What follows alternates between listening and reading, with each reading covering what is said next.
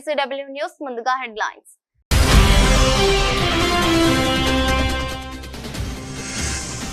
మధ్యవర్తిత్వాన్ని భారత్ ఎన్నికకి అంగీకరించింది. ట్రంప్తో మోదీ.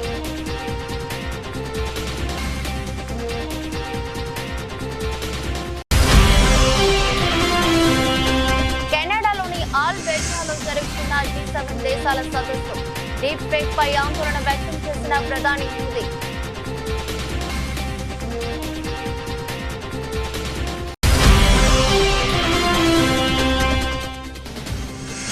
ఖమేనీపై ప్రస్తుతానికి చర్యలుందనున్న Trump. Iran బేషరతుగా లొంగిపోవాలని డిమాండ్.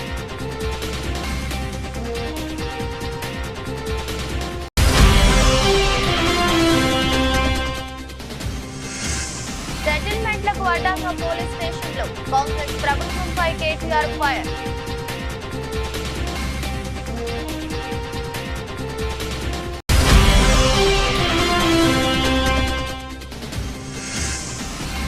చంద్రబాబుకు భయం పుట్టాలి. కార్యకర్తలకు చెవిరెడ్డి వాయిస్ మెసేజ్.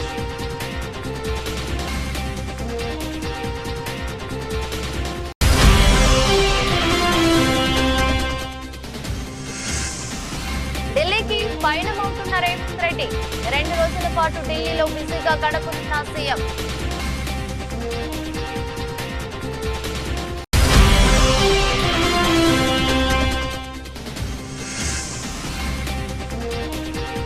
యుద్ధ భయాలు, నష్టాలతో ముగిసిన స్టాక్ మార్కెట్లు.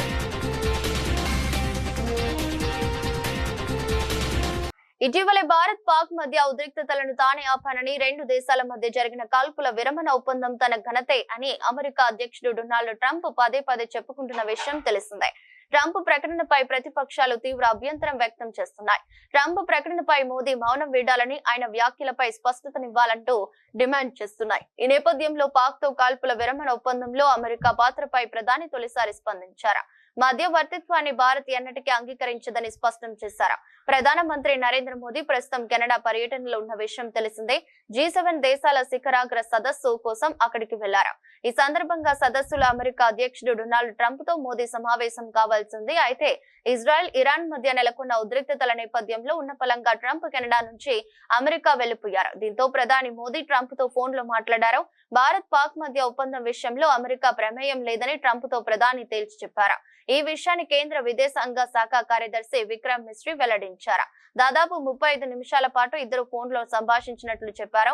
ఈ సందర్భంగా ఆపరేషన్ సింధూర్ వివరాలను ట్రంప్ కు మోదీ వివరించినట్లు తెలిపారు. 2 దేశాల మధ్య కాల్పుల విరమణ ఒప్పందానికి మిలిటరీ స్థాయి చర్చలు జరిగాయన్నారు. ఇతరుల మధ్యవర్తిత్వాన్ని భారత్ ఎన్నటికీ అంగీకరించబోదనే విషయాన్ని అమెరికా అధ్యక్షుడికి మోదీ స్పష్టంగా చెప్పినట్లు మిశ్రీ వివరించారు. డీప్ ఫేక్ ఆర్టిఫిషియల్ ఇంటెలిజెన్స్ పై ప్రధాని మోదీ ఆందోళన వ్యక్తం చేశారు. AI జనరేట్ కంటెంట్ పై వాటర్ మార్కింగ్ లేదా క్లియర్ డిక్లరేషన్ ఉండాలని ఆయన అభిప్రాయపడ్డారు.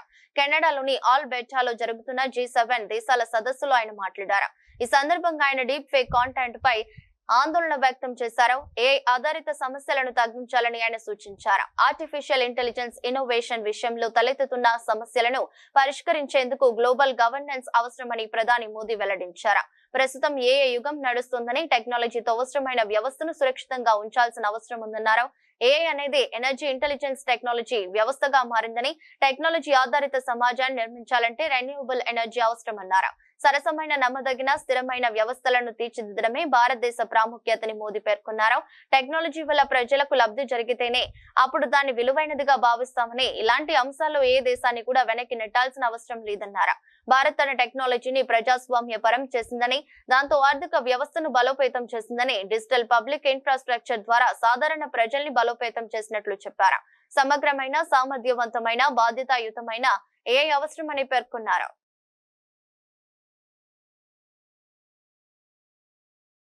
Iran supreme leader Ayatollah Ali Khamenei ఎక్కడ దాక్కున్నారో తమకు ఖచ్చితంగా తెలుసని, ఆయన సులభమైన లక్ష్యమే అయినప్పటికీ ప్రస్తుతానికి ఎలాంటి చర్యలు తీసుకోవడం లేదని అమెరికా అధ్యక్షుడు డొనాల్డ్ ట్రంప్ తన ట్రూత్ సోషల్ పేజీలో సంచలన వ్యాఖ్యలు చేశారు. ఈ మేరకు ఆయన తన సొంత సోషల్ మీడియా ట్రూత్ లో పోస్ట్ చేశారు. పౌరులు లేదా అమెరికా సైనికులపై క్షిపణులతో దాడులు చేయవద్దని, తమ సహనం నశిస్తోందని ఆయన హెచ్చరించారు.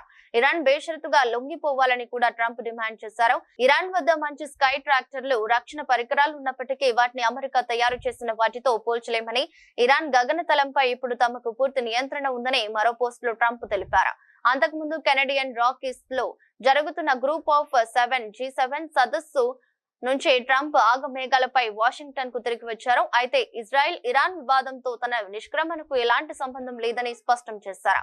ఆ రెండు దేశాల మధ్య కాల్పుల విరమణ కోసమే తాను వాషింగ్టన్ కు వెళ్తున్నానని ఫ్రాన్స్ అధ్యక్షుడు ఇమాన్యుయల్ మాక్రాన్ తప్పుగా చెప్పారని ట్రంప్ విమర్శించారు. తన పర్యటన ఉద్దేశం అంతకంటే చాలా పెద్దదని, త్వరలో వివరాలు వెల్లడిస్తామని అన్నారు. ఇరాన్ ఇజ్రాయెల్ మధ్య శుక్రవారం ప్రారంభమైన ఘర్షణలు మంగళవారం నాటికి 5వ రోజుకు చేరుకున్నాయి. ఇరాన్ అణు కార్యక్రమాన్ని నిర్వీర్యం చేయడమే లక్ష్యమని ఇజ్రాయెల్ ప్రకటించడంతో ఉద్రిక్తతలు మరింత తీవ్రమయ్యాయి. అభివృద్ధితో పాటు సంక్షేమానికి కూడా ప్రాధాన్యతనిస్తున్నాం. కాంగ్రెస్ వస్తే కరెంట్ ఉండదని ప్రచారం చేశారు. అది తప్పుడు ప్రచారమని నిరూపించా. 3 ఎకరాల వరకు ఉన్న రైతులకు నిధులు జమ చేసిన ప్రభుత్వం ఎకరానికి 6,000 చొప్పున మొత్తం 1,151.89 కోట్లు విడుదల.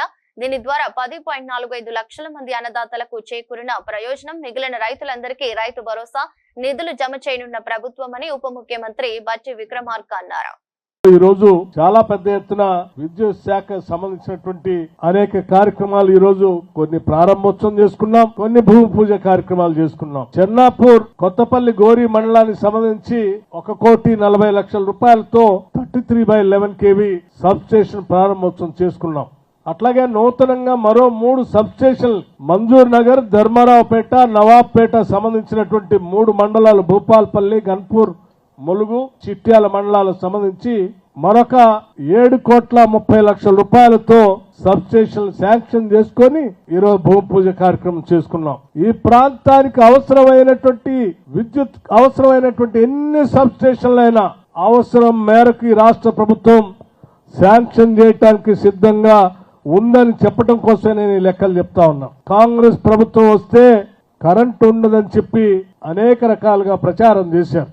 కానీ కొన్ని లెక్కలు తప్పనిసరిగా ప్రజలకి ఇలా ప్రచారం చేసే వాళ్ళకి తెలియాల్సిన అవసరం కూడా ఉంది. కాబట్టి 1-2 లెక్కలు కూడా నేను ఈ సభ ద్వారా రాష్ట్ర ప్రజలకి ఇటువంటి తప్పుడు ప్రచారంతో బతకాలని చూసేటువంటి రాజకీయ నాయకులకు కూడా ఈ సమాచారం చేరాలని ఇక్కడ చెప్పదలుచుకున్నాను. 2023 మార్చి నెలలో ఈ రాష్ట్రంలో పీక్ డిమాండ్ 15,000 మెగావాట్లు ఉంటే కాంగ్రెస్ ప్రభుత్వం వచ్చిన తర్వాత 2025 మార్చి నెలలో 17,162 మెగావాట్లకు సంబంధించిన పీక్ డిమాండ్ వస్తే కూడా, అంటే దాదాపు గతంలో వాడకం కంటే 2,000 మెగావాట్ అధికంగా ఈ రాష్ట్రంలో కరెంటు వాడితే కూడా 1 నిమిషం కరెంటు పోకుండా రాష్ట్ర వ్యాప్తంగా 24 గంటలు కరెంటు ఇచ్చినటువంటి ఘనమైన చరిత్ర కాంగ్రెస్ ప్రభుత్వం.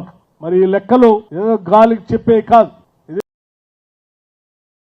అంతరాయం లేని విద్యుత్ అందిస్తాం, ఇది కాంగ్రెస్ ప్రభుత్వ అంకిత భావం. రేవంత్ సర్కార్ కృషి బీఆర్ఎస్ కు మింగుడు పడడం లేదు. అప్పుడు అధికార దుర్వినియోగం, ఇప్పుడు కేసుల వణుకు.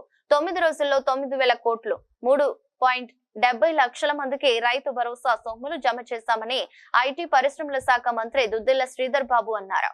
ఈ రోజు చెన్నాపూర్ లో దాదాపు 1,40,00,000 రూపాయలతో మీ ఎమ్మెల్యే గారి చేతుల మీదుగా ప్రారంభోత్సవం చేసుకుని, మరి డిప్యూటీ చీఫ్ మినిస్టర్ గారి చేతుల మీదుగా ఈ రోజు మనం అందరం కూడా దాన్ని విద్యుత్తునిచ్చే కార్యక్రమం చేశాం. కొత్తగా ఇక్కడ విద్యుత్ ఉప కేంద్రాలు కావాలని సంవత్సర కాలం నుంచి మీ ఎమ్మెల్యే గారు గండ్ర సత్యనారాయణ గారు మంజూర్ నగరే గాని, ధర్మారావుపేట గాని, నవాబ్పేటకు సంబంధించి కొత్త విద్యుత్ ఉప కేంద్రాలు కావాలని అనేక సందర్భాల్లో మాతో పాటు ఇప్పుడు విద్యుత్ శాఖ మంత్రి ఉప ముఖ్యమంత్రిగా ఉన్న బట్టి విక్రమార్క గారికి అనేక సందర్భాల్లో చెప్పడం జరిగింది. వాటన్నిటిని కూడా దృష్టిలో పెట్టుకొని మరి ప్రధానంగా విద్యుత్తుకు అంతరాయం కలగొద్దు. ఎప్పుడైనా లోడు పెరిగినప్పుడు ఆ లోడుకు సంబంధించి అక్కడ ఉప కేంద్రం మెరుగ్గా ఉంటే వినియోగదారులకు ఇబ్బంది లేకుండా ఉంటదని ఆలోచన చేసి ఈ 3 విద్యుత్ కేంద్రాలను కూడా ఈ రోజు ఇక్కడే శంకుస్థాపన చేసుకున్నాం. దాని పరంగా దాదాపు 8 కోట్ల రూపాయలతో ఈ రోజు ఈ నూతన 33/11 విద్యుత్ ఉప కేంద్రాల శంకుస్థాపన కూడా చేయడం జరిగింది. మనం ఈ రోజు వినియోగదారులకు వారికి సంబంధించిన అవసరాలను దృష్టిలో పెట్టుకొని ఆ రోజు మేము కాంగ్రెస్ పార్టీకి సంబంధించిన మా కార్యకర్త నాయకుడు సోదరుడు ఇంటింటికి వెళ్లి మీరు ఒక్కసారి అవకాశం ఇవ్వండి, కాంగ్రెస్ పార్టీకి రాష్ట్రం వచ్చిన తర్వాత ఒక్కసారి మరి మాకు అవకాశం ఇవ్వమని కోరితే ప్రతిపక్షాలకు సంబంధించి ఏమన్నారు? కాంగ్రెస్ వస్తే కరెంట్ ఉండదు చూడు అన్నారు. ఇప్పుడు సంవత్సర కాలం నుంచి ఈ రోజు విద్యుత్తుకు అంతరాయం కలగకుండా నిరంతరం 24 గంటలు ఇచ్చిన కరెంట్ ఇచ్చిన ఘనత కాంగ్రెస్ పార్టీకి సంబంధించిన మా ప్రభుత్వానిది, మా మిత్రులది. దానికి తోడేం చేసినాం? 6 గ్యారంటీలో భాగంగా 200 యూనిట్లు ఇస్తామని చెప్పినాం. ఈ రోజు ఈ జిల్లాకు సంబంధించి నేను మాట్లాడుతా ఉన్నా. మొత్తం రాష్ట్ర స్థాయిలోనే 50 లక్షల పై చిలుకు మందికి 200 యూనిట్ల ఉచిత కరెంట్ ఇస్తే ఈ రోజు మన చిన్న భూపాల్పల్లి జిల్లాలో 40 కాంగ్రెస్ హయాంలో పోలీస్ స్టేషన్లు సెటిల్మెంట్లకు అడ్డాగా మారై తన భూమిని కాంగ్రెస్ నేత కబ్జా చేశాడని ఫిర్యాదు చేస్తే ఉల్టా బీఆర్ఎస్ పార్టీ నేత మాజీ ఎంపీటీసీ కుంటయ్య పైన కేసు బనాయించి వేధించడంతో ఆయన ఆత్మహత్య చేసుకున్నారు. సివిల్ మ్యాటర్లో దూరే పోలీసులు సెటిల్మెంట్లు అరాచకాలు చేయడం సమాజానికి ఎంత మాత్రం మంచిది కాదని బీఆర్ఎస్ వర్కింగ్ ప్రెసిడెంట్ కేటీఆర్ మండిపడ్డారు. ఆ తర్వాత మీడియాతో మాట్లాడిన కేటీఆర్ కాంగ్రెస్ నాయకులు ఏం చెప్తే అది చేయడాన్ని డ్యూటీగా భావించి పోలీసులు విచ్చలవిడిగా ప్రవర్తిస్తున్నారని మండిపడ్డారు. కుంటయ్య చావుకు కారణమైన పోలీసులపై చర్యలు తీసుకునే వరకు న్యాయ పోరాటం చేస్తామని హెచ్చరించారు.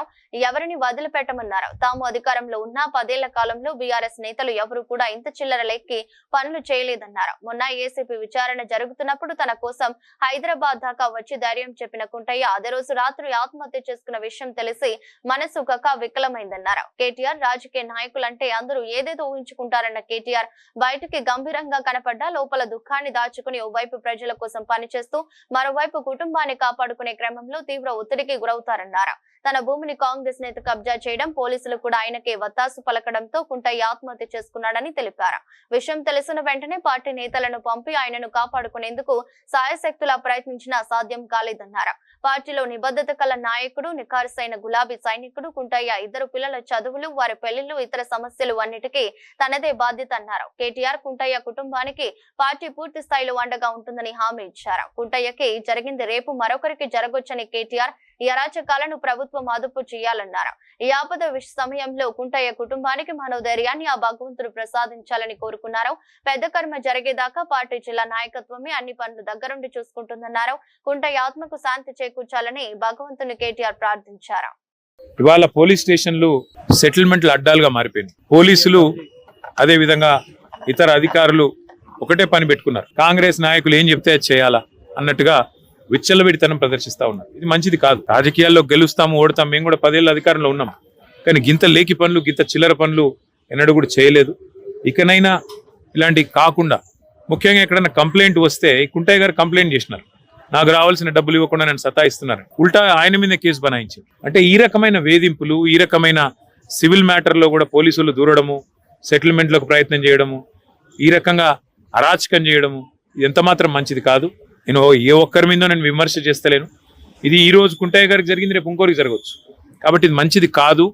దయచేసి కంట్రోల్ చేసే ప్రయత్నం చేయాలని చెప్పి కూడా నేను ఈ రాష్ట్ర ప్రభుత్వాన్ని కూడా కోరుతా ఉన్నా. కానీ ఆ కుటుంబానికి మాత్రం ఇవాళ ఇంతకంటే ఎక్కువ రాజకీయం నేను మాట్లాడను. ఆ కుటుంబానికి పూర్తి స్థాయిలో మేము అండగా ఉంటాం. ఆ కుటుంబాన్ని కాపాడుకుంటాం. ఆ కుటుంబానికి పూర్తిగా మరి మనోధైర్యాన్ని ఆ భగవంతుడు ఈ ఆపత్ సమయంలో ప్రసాదించాలని కోరుకుంటూ అన్ని కార్యక్రమాలు పూర్తయ్యేదాకా మా మొత్తం పార్టీ అంతా కూడా వారి వెంబడ ఉంటది. పెద్ద కర్మ జరిగేదాకా కూడా మొత్తం ఉండి మేమే చూసుకుంటామని చెప్పి కూడా తెలియజేస్తూ, కేసీఆర్ పాలనలో ఏటా నాట్లకు మధ్య రైతు బంధు పడేదని, కానీ కాంగ్రెస్ సర్కారుకు ఓట్లకు మధ్య రైతు భరోసా గుర్తుకు వస్తుందని నర్సంపేట మాజీ ఎమ్మెల్యే పెద్ది సుదర్శన్ రెడ్డి ఎద్దేవా చేశారు. నాడు కష్టాల్లో ఉన్న రైతాంగానికి అండగా నిలిచేందుకు రైతు బంధు వేస్తే నేడు రైతు భరోసాను సాకుగా చూపుతూ ముఖ్యమంత్రి రేవంత్ రెడ్డి రాజకీయ స్టంట్లు చేస్తున్నారని విమర్శించారు. కాంగ్రెస్ పాలనలో రైతు రుణమాఫీ కాక, రైతు భరోసా అందక, ధాన్యం కొనేవారు లేక అన్నదాతల పరిస్థితి అగమ్య గోచరంగా మారిందని ఆందోళన వ్యక్తం చేశారు. మంగళవారం ఆయన తెలంగాణ భవన్ లో మీడియాతో మాట్లాడుతూ స్థానిక సంస్థల ఎన్నికల కోసమే సీఎం రేవంత్ రెడ్డి రైతు భరోసా పేరిట సరికొత్త నాటకానికి తెరతీశారని విమర్శించారు. బజారు భాష మాట్లాడుతూ తెలంగాణ తెలంగాణ పరువు తీస్తున్నారని మండిపడ్డారు. కాంగ్రెస్ పాలనలో గ్రామాలన్నీ నిర్వీర్యమయ్యాయని, కానీ సీఎం మంత్రులు ఏదో ఉద్ధరించామంటూ గొప్పలు కొడుతున్నారని విమర్శించారు. కేసీఆర్ పెట్టిన సర్పంచుల బిల్లులతో తమకు సంబంధం లేదని ముఖ్యమంత్రి మాట్లాడటం హాస్యాస్పదమని పెద్ది సుదర్శన్ రెడ్డి మండిపడ్డారు. బిల్లులతో సంబంధం లేకుంటే మరి కేసీఆర్ తెచ్చిన తెలంగాణతో ఆయన కట్టిన సచివాలయంతో ఏం సంబంధం ఉందని నిలదీశారు. ఈ ఏడు ధాన్యం కొనేవారు లేకపోవడంతో రైతులు అరిగోస పడ్డారని, వానాకాలం మొదలైన కళ్ళాల్లో ధాన్యం పెట్టి కాంటాల కోసం ఎదురు చూస్తున్నారని ఆవేదన వ్యక్తం చేశారు. నిన్న రైతు వేదికలు పనికే రావని చెప్పిళ్ళు, కానీ నిన్న రైతు వేదికల్లో నిన్న కార్యక్రమం నిర్వహించిళ్ళు. అంటే వారు మాట్లాడినటువంటి మాటకి జరిగేటువంటి పనికి ఏమాత్రం పొంతన లేదు. ముఖ్యంగా మిత్రులారా, మీ ద్వారా మేము డిమాండ్ చేస్తూ ఉన్నాం. ఖచ్చితంగా 25,000 రూపాయలు ప్రతి ఎకరాకు బాకీ ఉన్నాడు రేవంత్ రెడ్డి. కాంగ్రెస్ పార్టీ స్థానిక సంస్థల ఎన్నికల స్టంటులో భాగంగా ఇవాళ రైతు భరోసా అని చెప్పి తెరలేపిళ్ళు. రైతులందరూ కూడా ఇది స్పష్టంగా అర్థమైంది, అర్థం చేసుకోవాలని చెప్పి కూడా మేము విజ్ఞప్తి చేస్తూ ఉన్నాం. ముఖ్యంగా ఎకరాకి 25,000 రూపాయలు ఊళ్ళో కాంగ్రెస్ పార్టీోడు స్థానిక సంస్థల్లో ఎన్నికల్లో పోటీ చేసేటోడు ఎకరాకి 25,000 రూపాయలు ఇచ్చేదాకా వాళ్ళ ప్రభుత్వం నుంచి రైతు ఖాతాలో పడేదాకా వాళ్ళను ఊళ్ళకు రానివద్దని, పులిమేరలనే వాళ్ళని తిరిగి తిప్పి పంపాలని చెప్పి మేము ముఖ్యంగా రైతులకు విజ్ఞప్తి చేయడం జరుగుతూ ఉన్నది. ఇటీవల కాలంలో మా నాయకుల మీద, కేసీఆర్ గారి మీద, కేటీఆర్ గారి మీద, హరీష్ రావు గారి మీద రేవంత్ రెడ్డి యొక్క ప్రవర్తన ఎట్లుందంటే ఒక సైకోను మరిపించే విధంగా ఉన్నది. ఆయన ఒక సైకో పాలన చేస్తూ ఉన్నాడు. అతను పాలన ప్రభుత్వ ఫోకస్ అంతా కూడా మా పార్టీని ఎట్లా బదనం చేయాలి, ఎట్లా తప్పుడు కేసులు పెట్టాలి, ఎట్లా దుష్ప్రచారం చేయాలి, ఎట్లా రోజు బ్యానర్ ఐటమ్ కవరేజ్ తీసుకోవాలనేటువంటి తప్ప ఎక్కడ కూడా ప్రజల యొక్క సమస్యల మీద దృష్టి లేదు. ఇలా గ్రామాలన్నీ వల్లకాడైపోయినాయి. ఏ ముఖం పెట్టుకొని కాంగ్రెస్ పార్టీ మంత్రులు, ఎమ్మెల్యేలు గ్రామాల్లో పర్యటిస్తారు? ఏ ముఖం పెట్టుకొని వాళ్ళు స్థానిక సంస్థల ఎన్నికల్లో పోయి ఓట్లు అడుగుతారు? ఏ ఒక్క హామీ నెరవేర్చిల్లని చెప్పి రేవంత్ రెడ్డి ఏ ముఖం పెట్టుకొని ఇలా గ్రామాల్లో వాళ్ళ స్థానిక సంస్థల వాళ్ళ అభ్యర్థులను గెలిపించాలని చెప్పి ఏ ముఖం పెట్టుకొని కాంగ్రెస్ పార్టీ అడుగుతుంది? అన్ని మోసాలే చేసిళ్ళు, ఏ ఒక్కటి కూడా ఇప్పటివరకు నిజం కాలేదు. కాబట్టి అన్ని రకాల మోసాలు అనుభవించినటువంటి ప్రజలందరూ కూడా కాంగ్రెస్ పార్టీకి రాబోయే స్థానిక సంస్థల ఎన్నికల్లో బుద్ధి చెప్పడానికి సిద్ధంగా ఉన్నారు. మేము మీ ద్వారా విజ్ఞప్తి చేస్తా ఉన్నాం. గ్రామాలకు స్థానిక సంస్థల ఓట్ల కోసం వచ్చే అధికార పార్టీ ఎమ్మెల్యేలను, మంత్రులను ఎన్నికల్లో ఇచ్చినటువంటి హామీలు ఏవైతున్నాయో హామీల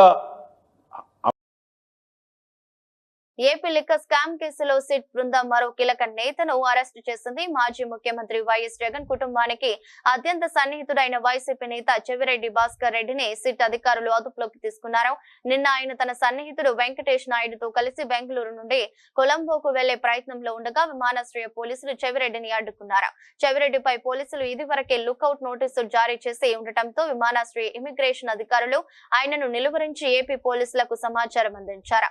దీంతో ఏపీ నుంచి సిట్ బృందం బెంగళూరుకు వెళ్లి నిన్న రాత్రి వారిద్దరిని అరెస్ట్ చేసింది. వీరి అరెస్టుతో లిక్కర్ స్కామ్ కేసులో అరెస్ట్ అయిన నిందితుల సంఖ్య 9కి చేరింది.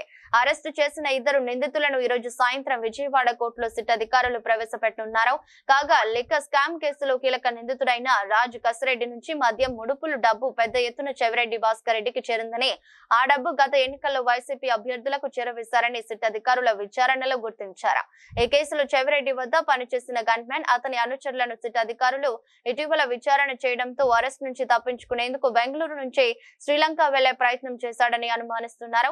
లిక్కర్ స్కామ్ కేసులో మొదటిసారి వైసీపీకి చెందిన కీలక నేతను, పైగా వైఎస్ జగన్ కు సన్నిహితుడైన వ్యక్తిని అరెస్ట్ చేయడం రాష్ట్ర రాజకీయ వర్గాల్లో చర్చనీయాంశంగా మారింది. ఏపీలో సంచలనం సృష్టించిన మద్యం కుంభకోణం కేసులో ఆరోపణలు ఎదుర్కొంటున్న వైసీపీ నేత చంద్రగిరి మాజీ ఎమ్మెల్యే చెవిరెడ్డి భాస్కర్ రెడ్డిని సిట్ అధికారులు అరెస్ట్ చేసిన సంగతి తెలిసిందే. బెంగళూరు నుంచి శ్రీలంకకు వెళ్లేందుకు ప్రయత్నిస్తుండగా విమానాశ్రయంలో ఇమిగ్రేషన్ అధికారులు అదుపులోకి తీసుకుని సిట్ అధికారులకు సమాచారం అందించారు. అనంతరం నిన్న రాత్రి ఆయన్ను అరెస్ట్ చేసి విజయవాడకు తరలించారు. ఈ అరెస్ట్ నేపథ్యంలో చెవిరెడ్డి భాస్కర్ రెడ్డి పార్టీ కార్యకర్తలు నేతలు నాయకులకు ఒక వాయిస్ మెసేజ్ ను పంపించారు.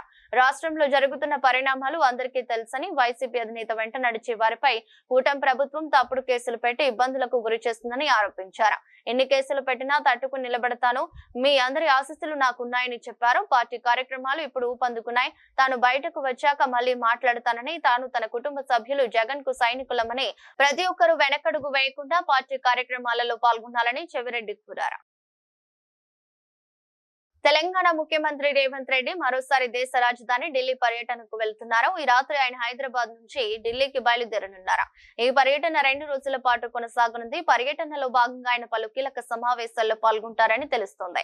ఇంగ్లాండ్ మాజీ ప్రధానమంత్రి టోనీ బ్లేయర్ తో రేపు రేవంత్ సమావేశం కానున్నారు.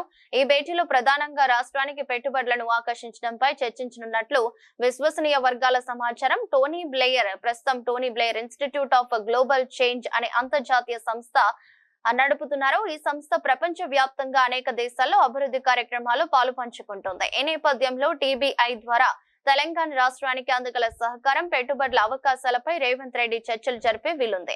ఈ ఢిల్లీ పర్యటనలో ముఖ్యమంత్రి రేవంత్ రెడ్డి కాంగ్రెస్ పార్టీకి చెందిన ముఖ్య నేతలతో కూడా సమావేశం అవుతారని తెలుస్తోంది.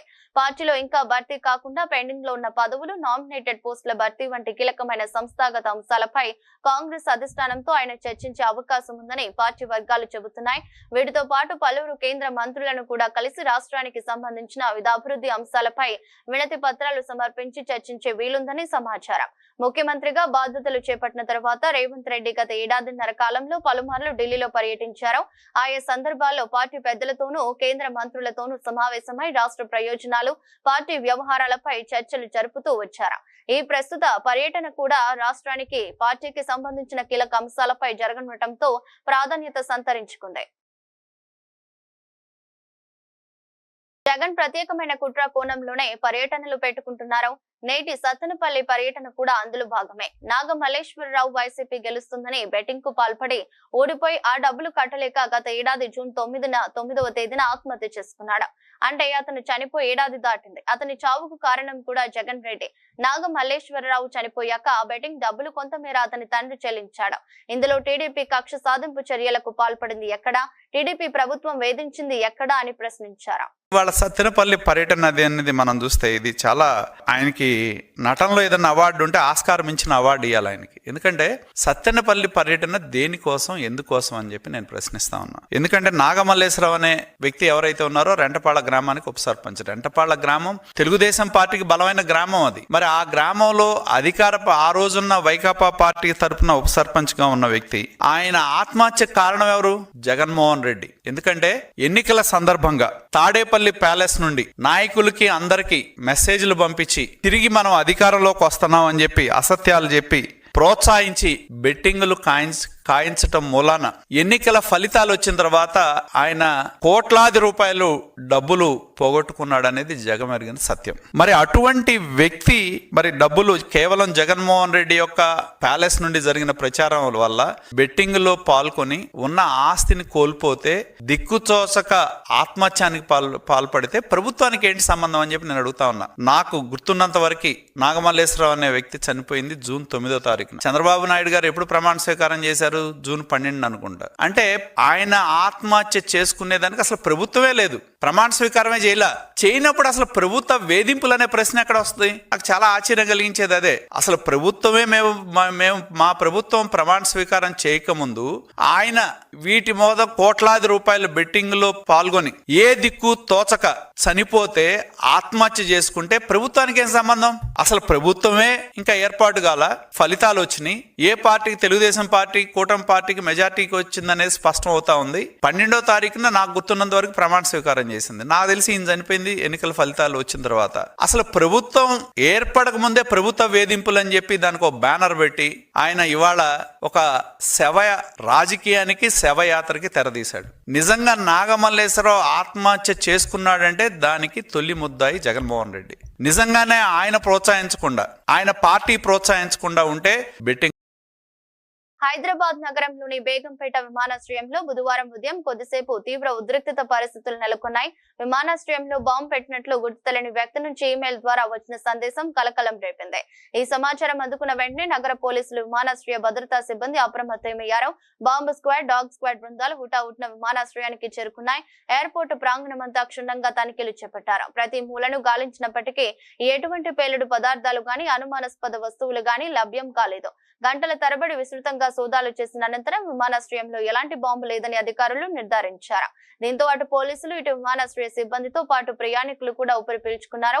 ఎవరో ఆకతాయి కావాలనే బెదిరింపు ఈమెయిల్ పంపి ఉంటారని పోలీసులు ప్రాథమికంగా భావిస్తున్నారు. ఈమెయిల్ పంపిన వ్యక్తిని గుర్తించేందుకు దర్యాప్తు ప్రారంభించినట్లు సంబంధిత వర్గాలు తెలిపాయి. ఈ ఘటనతో విమానాల రాకపోకలకు ఎలాంటి అంతరాయం కలగలేదని సమాచారం. దేశీయ స్టాక్ మార్కెట్లు ఈ రోజు నష్టాలతో ముగిశాయి. అంతర్జాతీయంగా నెలకొన్న ప్రతికూల పరిణామాలు సూచీలపై తీవ్ర ఒత్తిడిని చూపాయి. ముఖ్యంగా ఇజ్రాయెల్, ఇరాన్ మధ్య యుద్ధ మేఘాలు మరింత దట్టంగా కమ్ముకుంటున్నాయన్న సంకేతాలు మదుపరుల సెంటిమెంట్ ను దెబ్బతీశాయి. ఇజ్రాయెల్, ఇరాన్ మధ్య ఉద్రిక్తతలు తారస్థాయికి చేరువచ్చినాయి. బయలు మార్కెట్లను కుదిపేశాయి. టెహ్రాన్ ను తక్షణమే ఖాళీ చేయాల్సిందిగా అమెరికా అధ్యక్షుడు ట్రంప్ తమ పౌరులకు సూచించినట్లు వచ్చిన వార్తలు ఈ ఆందోళనలను మరింత తీవ్రతరం చేశాయి. ఈ పరిణామాల నేపథ్యంలో ఇరు దేశాల మధ్య ఘర్షణ ప్రాంతీయ యుద్ధంగా మారవచ్చన్న ఆందోళనలు విస్తృతంగా వ్యాపించాయి. దీనికి తోడు అంతర్జాతీయ మార్కెట్లో చమురు ధరలు పెరగడం కూడా సూచీల పతనానికి దోహదపడింది. బీఎస్ఈ సెన్సెక్స్ ఉదయం 81,869 పాయింట్ల వద్ద స్వల్ప లాభాలతో ప్రారంభమైనప్పటికీ ఆ సానుకూలత ఎక్కువసేపు నిలవలేదు. కొద్దిసేపటికే నష్టాల్లోకి జారుకున్న సూచీ రోజంతా అదే బాటలో పయనించింది. ఇంట్రాడేలో 81,427 పాయింట్ల కనిష్ట స్థాయిని తాకిన సెన్సెక్స్ చివరికి 212 పాయింట్ల నష్టంతో 81,583 వద్ద స్థిరపడింది. మరోవైపు నేషనల్ స్టాక్ నిఫ్టీ కూడా 93 పాయింట్లు కోల్పోయి 24,853 వద్ద ముగిసింది. డాలర్ తో పోలిస్తే రూపాయి మారకం విలువ 86.24 గా ఉంది. సెన్సెక్స్ 30 సూచీలో Eternal, Sun Pharma, Tata Motors, Bajaj Finance, IndusInd bank షేర్లు ప్రధానంగా నష్టపోయిన వాటిలో ఉన్నాయి. Tech Mahindra, Asian Paints, Infosys, Maruti Suzuki, TCS పేర్లు లాభాలను ఆర్జించాయి. అంతర్జాతీయ మార్కెట్లో బ్రెంట్ క్రూడ్ ఆయిల్ ధర బ్యారెల్ కు $74.28 వద్ద కొనసాగుతుండగా బంగారం ధర ఒక ఔన్స్ కు $3,405 వద్ద ట్రేడ్ అవుతుంది. ఆసీస్ విధ్వంసకర ఆల్ రౌండర్ గ్లెన్ మాక్స్వెల్ టీ20 క్రికెట్ లో మరోసారి తన బ్యాటింగ్ పవర్ చూపించాడు. ప్రస్తుతం అమెరికాలో జరుగుతున్న మేజర్ లీగ్ క్రికెట్ 2025 సీజన్ లో వాషింగ్టన్ ఫ్రీడమ్ జట్టుకు ప్రాతినిధ్యం వహిస్తున్న Maxwell Los Angeles Knight Riders తో జరిగిన మ్యాచ్ లో ఆకాశమే హద్దుగా చెలరేగిపోయాడు. ఈ మ్యాచ్ లో అజయ్ శతకం బాది పలు రికార్డులను తన ఖాతాలో వేసుకున్నాడు. ఒక ల్యాండ్ వేదికగా జరిగిన ఈ మ్యాచ్ లో మాక్స్వెల్ భారీ షాట్లతో ప్రత్యర్థి జట్టు బౌలర్లను ఊచకోత కోసాడు. కేవలం 49 బంతుల్లోనే 2 4లు, 13 సిక్సర్లతో అజేయంగా 106 పరుగులు బాదాడు. ఈ ఇన్నింగ్స్ లో అతని స్ట్రైక్ రేట్ 216.33 గా నమోదు కావడం విశేషం. ఈ అద్భుత ఇన్నింగ్స్ తో మాక్సీ టీ20 క్రికెట్ లో తన 8వ సెంచరీని పూర్తి చేసుకున్నాడు. దీంతో టీ20లో అత్యధిక సెంచరీలు చేసిన ఆటగాళ్ల జాబితాలో భారత కెప్టెన్ రోహిత్ శర్మ, ఆస్ట్రేలియా ఆటగాళ్లు David Warner, Aaron Finch, England star Jos Buttler, ఆస్ట్రేలియాకి చెందిన మైకేల్ క్లింగర్ల సరసన సంయుక్తంగా 4వ స్థానంలో నిలిచాడు. ఈ జాబితాలో వెస్టిండీస్ దిగ్గజం క్రిస్ గేల్ 463 మ్యాచ్ల్లో 22 సెంచరీలతో అగ్రస్థానంలో కొనసాగుతుండగా పాకిస్తాన్ కెప్టెన్ బాబర్ ఆజం, దక్షిణాఫ్రికా ఆటగాడు రిలీ రోసౌ, భారత స్టార్ విరాట్ కోహ్లీ తర్వాత స్థానాల్లో ఉన్నారు. ఈ సెంచరీతో మాక్స్వెల్ మరో అరుదైన ఘనతను కూడా సాధించాడు. టీ20 క్రికెట్ చరిత్రలో 10,500కు పైగా పరుగులు, 170కి పైగా వికెట్లు, 5కు పైగా సెంచరీలు నమోదు చేసిన తొలి ఆటగాడిగా ప్రపంచ రికార్డు సృష్టించాడు. మాక్స్వెల్ ఇప్పటి వరకు టీ20లో 10,500 పరుగులు పూర్తి చేయడంతో పాటు 178 వికెట్లు కూడా పడగొట్టాడు. ఇక గతేడాది స్టీవ్ స్మిత్ నాయకత్వంలో వాషింగ్టన్ ఫ్రీడమ్ జట్టు ఎమ్మెల్సీ టైటిల్ గెలవగా ఈ సీజన్ లో మాక్స్వెల్ జట్టుకు కెప్టెన్ గా వ్యవహరిస్తున్నాడు. వార్తలు ముగించే ముందు మరోసారి హెడ్లైన్స్.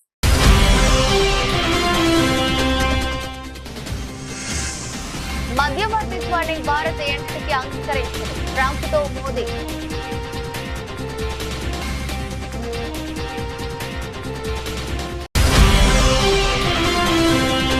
కెనడాలోని ఆల్బెర్టాలో జరుగుతున్న G7 దేశాల సదస్సు. డీప్ ఫేక్ పై ఆందోళన వ్యక్తం చేసిన ప్రధాని మోదీ.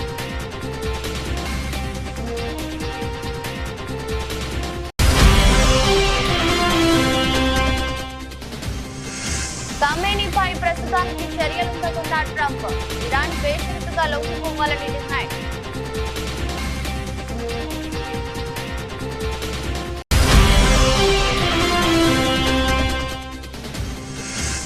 సెటిల్మెంట్లకు అడ్డంగా పోలీస్ స్టేషన్లో కాంగ్రెస్ ప్రభుత్వంపై కేటీఆర్ ఫైర్.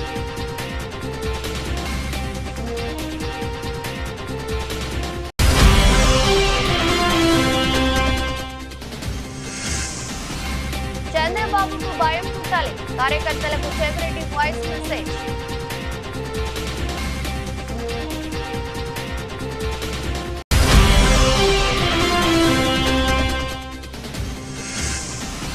ఢిల్లీకి పయనమవుతున్న రేవంత్ రెడ్డి.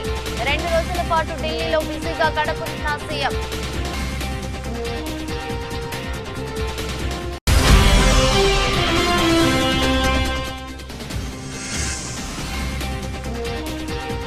యుద్ధ భయాలు, నష్టాలతో ముగిసిన స్టాక్ మార్కెట్లో.